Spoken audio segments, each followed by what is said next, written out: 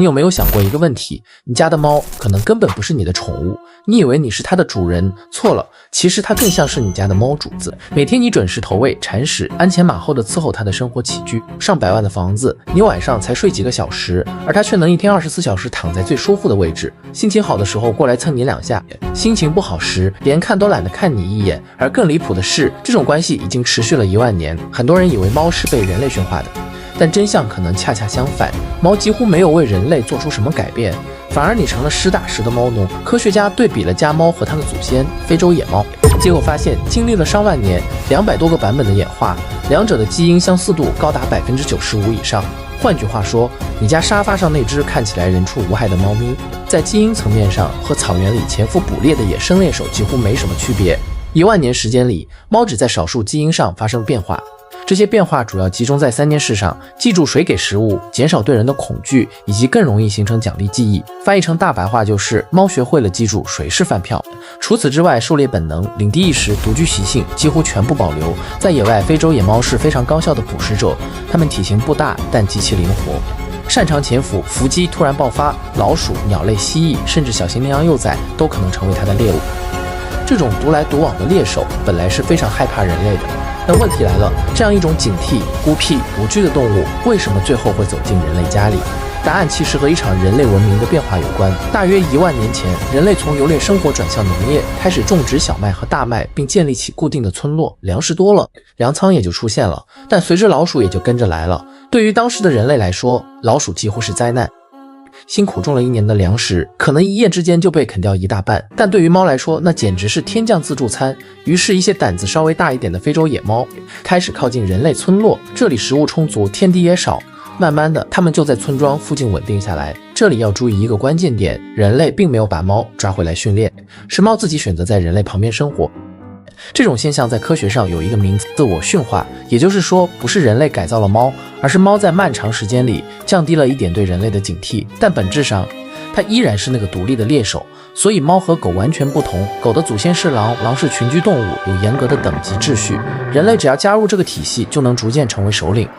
于是狼在被人类驯化成狗的过程中，是对首领有着绝对的服从，而在选育的过程中，人类可以更方便地挑选出听话可爱的个体进行大量繁殖。可猫不一样，它天生独居，没有等级社会，人类根本没办法像训练狗一样去管理猫群。所以在很长一段时间里，猫只是生活在人类附近的邻居，人类喜欢它们抓老鼠，猫喜欢这里食物多，关系就是这么简单。直到后来，人类才慢慢发现一件事，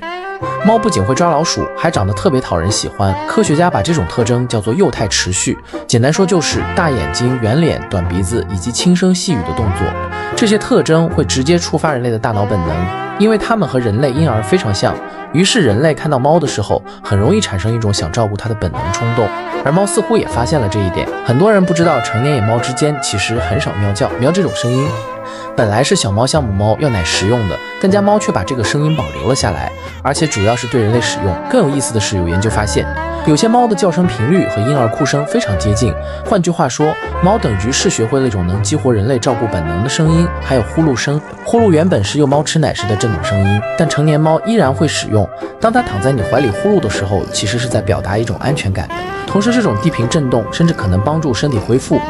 再比如采奶，猫用爪子反复压你的肚子，其实是幼猫刺激母猫分泌乳汁的动作，只是它们长大以后，这个行为被保留了下来，于是人类就成了一只体型巨大的猫妈妈。随着时间推移，猫跟着人类的贸易路线扩散，从中东到古埃及，在那里猫的地位直接被推到了顶点。埃及人甚至把猫当成神明，比如猫女神、巴斯特女神，她象征着守护、温柔和力量。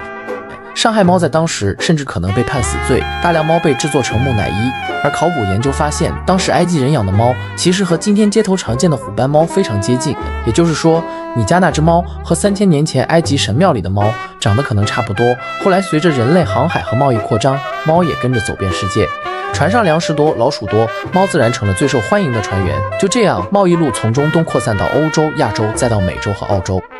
今天全球的猫数量已经超过6亿只，从家里的宠物猫到街头的流浪猫，几乎遍布每一块大陆。而更神奇的是，哪怕一只家猫被放回野外，只要几代时间，它就能重新适应野外生活，因为它骨子里始终还是那个猎手。所以很多动物学家会说一句话：狗被彻底驯化了，但猫只是选择和人类一起生活，它没有完全改变自己，也没有完全依赖人类。某种意义上，猫可能是唯一一种既能住进人类客厅，又依然保持野性的动物。所以下次当你回家看到你家的猫躺在沙发上，半眯着眼睛，用那种若有所思的眼神看着你，也许它心里想的不是主人回来了，而是这个两脚兽今天有没有按时给我上工。